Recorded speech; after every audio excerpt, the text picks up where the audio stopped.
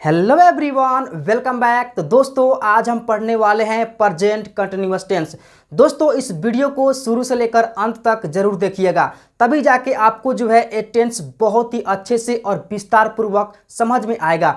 अगर आपने हमारी पिछली वीडियो नहीं देखा है तो जाइए उनको देख कर आइए। वहाँ पे मैंने आप सभी को पढ़ाया है सिंपल प्रेजेंट टेंस यानी प्रेजेंट इंडेफिनिट टेंस। तो चलिए दोस्तों इस वीडियो को शुरू करते हैं।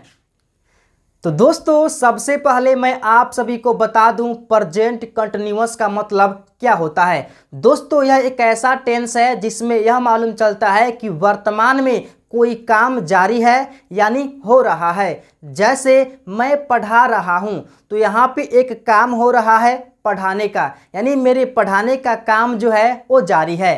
आप लोग पढ़ रहे हैं तो आपके पढ़ने का जो काम है वो जारी है। सीता खेल रही है, सीता के खेलने का जो काम है वो जारी है।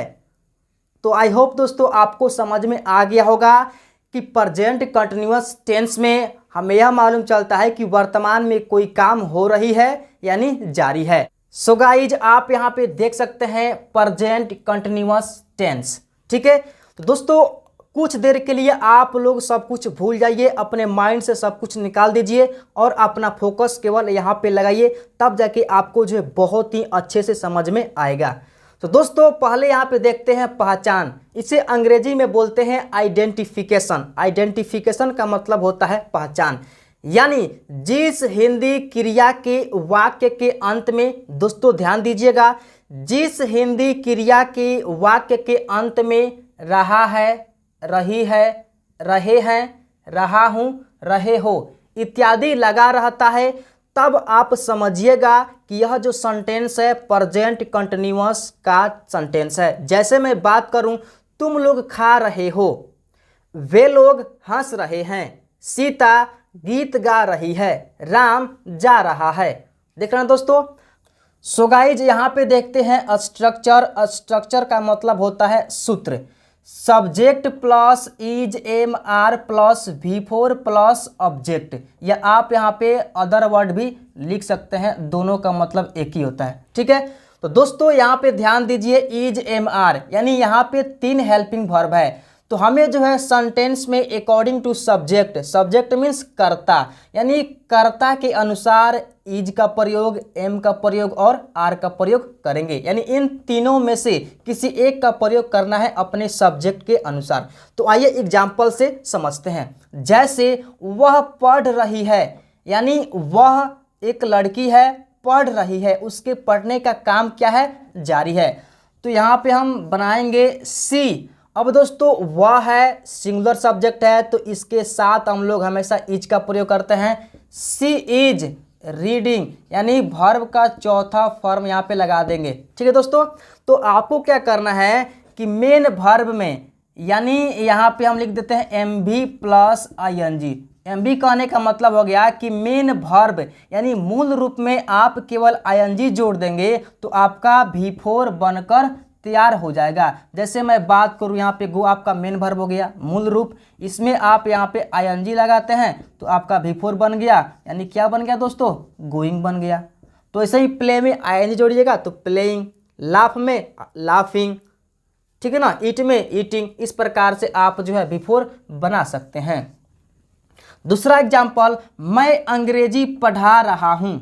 मैं यानी मैं, दोस्तों यहाँ पे हम आई लिखेंगे और आपको पता है आई के साथ हेल्पिंग वर्ब एम का प्रयोग होता है। तो यहाँ पे हो जाएगा आई एम टीचिंग। पढ़ाना का होता है दोस्तों टीचिंग, टीच होता है, टीच में ING लगा देंगे, यानी काम जारी है। आई एम टीचिंग, और यहाँ पे आपका अंग्रेजी जो है ऑब्जेक्ट हो गया, तो यहाँ पे लिखिए इंग्लिश। वे लोग क्रिकेट खेल रहे हैं, वे लोग, तो वे लोग की अंग्रेजी होती है दे। अब दोस्तों यहाँ पे सब्जेक्ट आपका प्लूरल है, यानी एक से अधिक लोग हैं, तो इसके साथ हम लोग आर का प्रयोग करते हैं। दे आर क्या कर रहे हैं, खेल रहे हैं, तो प्लेइंग क्या खेल रहे हैं दोस्तों, क्रिकेट। यहाँ पे आपका क्रिकेट जो क्या है ऑब्जेक्ट हो जाएगा। तो दोस्तों आई होप कि आपको अच्छे से समझ में आ गया होगा। सो गाइज यहाँ पे देखते हैं निगेटिव सेंटेंस यानी नकारात्मक वाक्य। सो सबसे पहले यहाँ पे देखेंगे structure. Subject plus is am are plus not. दोस्तों स्ट्रक्चर आपका सेम रहेगा, बट इसमें केवल एक एक्स्ट्रा ऐड करना है, नॉट। ठीक है ना, subject plus is am are plus not plus V4 plus object. ठीक है, अब यहाँ भी आपको वही काम करना है, सब्जेक्ट के अनुसार इज एम आर का प्रयोग करना है, उसके जस्ट बाद नॉट का प्रयोग करना है। ठीक है, बाकी सब सेम रहेगा। तो आइए एग्जाम्पल देखते हैं। वह नहीं पढ़ रही है। दोस्तों यहाँ पे था वह पढ़ रही है, तो सी इज रीडिंग, यहाँ पे है वह नहीं पढ़ रही है, तो यहाँ पे हम बनाएंगे दोस्तों सी के साथ इज का प्रयोग करेंगे। अब जस्ट आपका हेल्पिंग वर्ब के बाद क्या करना है, नॉट का प्रयोग। आप यहाँ पे देख सकते हैं, इज एम आर में से किसी एक को लीजिए, उसके बाद नॉट लगाइए। तो इज लगा दिया हमने, फिर यहाँ पे नॉट लगा देंगे। अब क्या करिए दोस्तों, काम क्या है यहाँ पे, पढ़ना का, तो पढ़ना का रीड होता है, ING लगा देंगे, आपका V4 बन जाएगा। ठीक है ना, सी इज नॉट रीडिंग। मैं अंग्रेजी नहीं पढ़ा रहा हूँ, तो आई के साथ एम का प्रयोग करते हैं, आई am not teaching, I am not teaching English. आपका यहाँ पे इंग्लिश दोस्तों ऑब्जेक्ट हो जाएगा। ठीक है, वे लोग क्रिकेट नहीं खेल रहे हैं, तो वे लोग का दे, अब दे के साथ आर का प्रयोग करते हैं। अब आर लगा दिए, यहाँ पे हेल्पिंग वर्ब लग गया तो नॉट लगा देंगे। They are not playing, playing हो गया, आपका क्या नहीं खेल रहे हैं दोस्तों, तो क्रिकेट आपका यहाँ पे ऑब्जेक्ट है, तो ऑब्जेक्ट को हम लोग लास्ट में रखते हैं। They are not playing cricket. तो दोस्तों आई होप कि आपको जो है एफर्मेटिव और नेगेटिव सेंटेंस बहुत ही अच्छे तरीके से समझ में आ गया होगा।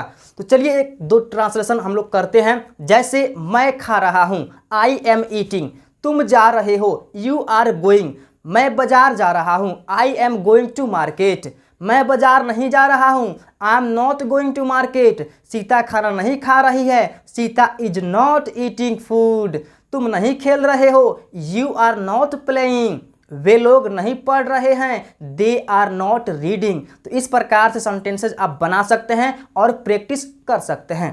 तो दोस्तों अब चलिए देखते हैं इंटेरोगेटिव सेंटेंस को। सो गाइज आप यहाँ पे देख सकते हैं इंटेरोगेटिव सेंटेंस, यानी इसका मतलब होता है प्रश्नवाचक।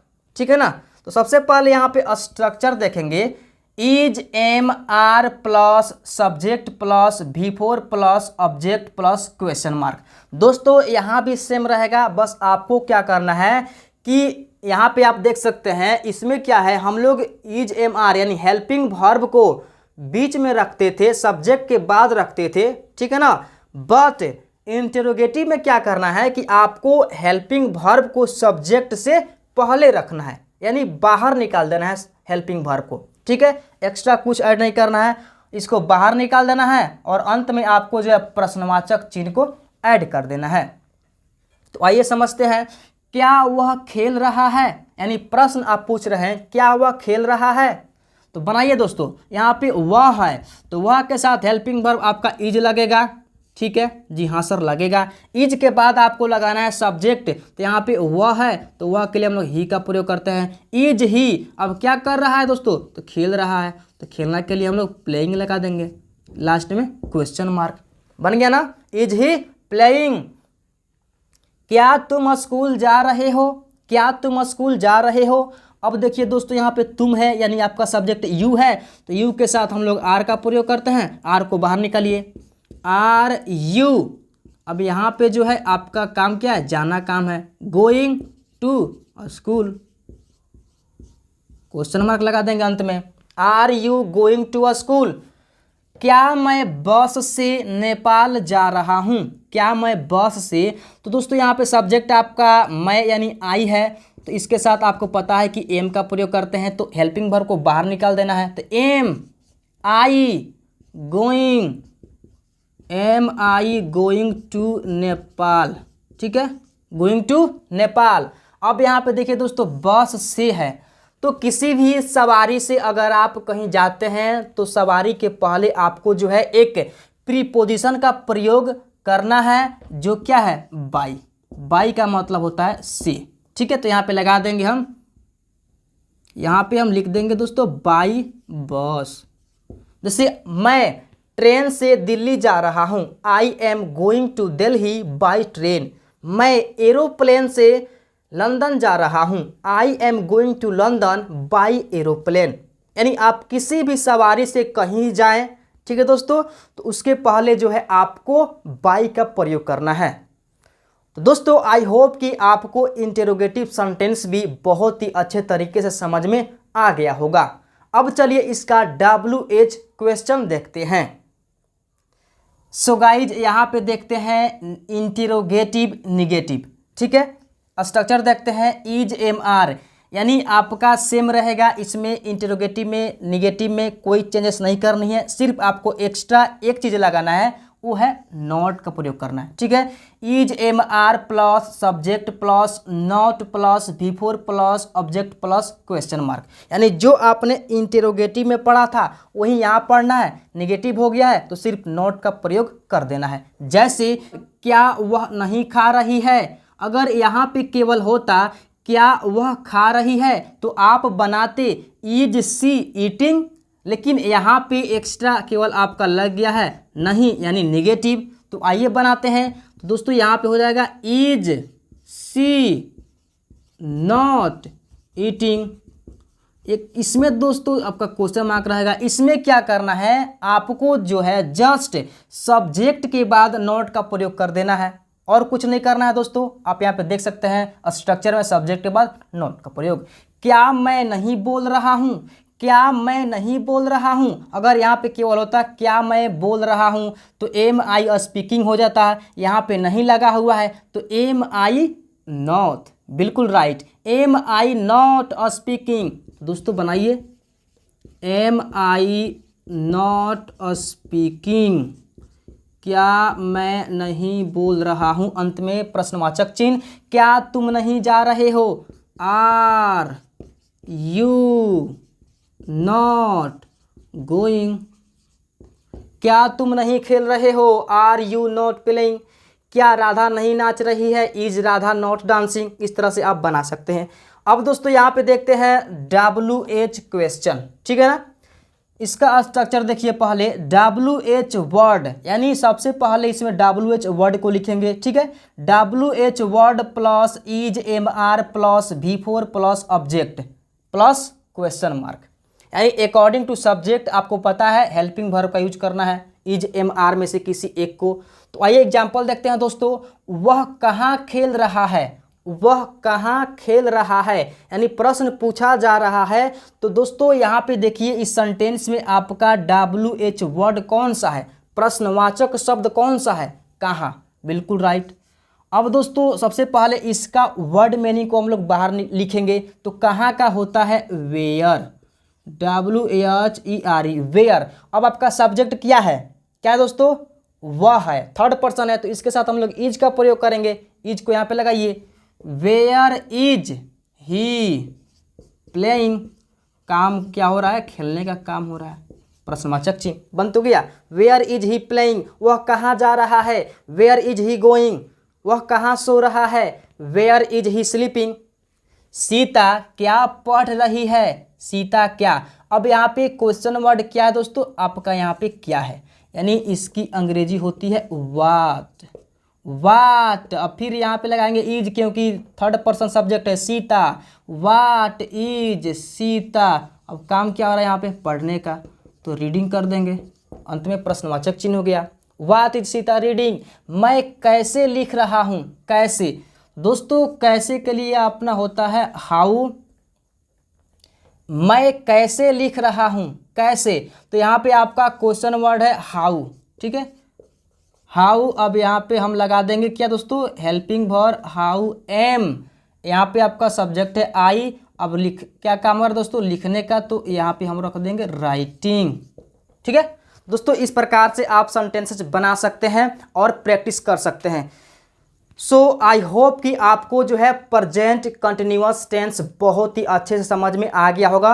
अगर हाँ आपने अच्छे से समझा है तो कमेंट में बताइए कि यस सर हमें बहुत ही अच्छे से समझ में आ रहा है, आप ऐसे ही पढ़ाते चलिए। तो दोस्तों अगर वीडियो अच्छी लगी हो तो एक लाइक कर दीजिए और अपने दोस्तों में शेयर कीजिए, ताकि आपके साथ साथ आपके दोस्त भी पढ़े और उन बच्चों के पास भी पहुँचे जो इंग्लिश पढ़ना चाहते हैं, इंग्लिश सीखना चाहते हैं, इंग्लिश बोलना चाहते हैं। सो गाइज मैं अपनी तरफ से पूरी प्रयास करूंगा कि आप सभी को अच्छे से पढ़ाऊं और सिखाऊं।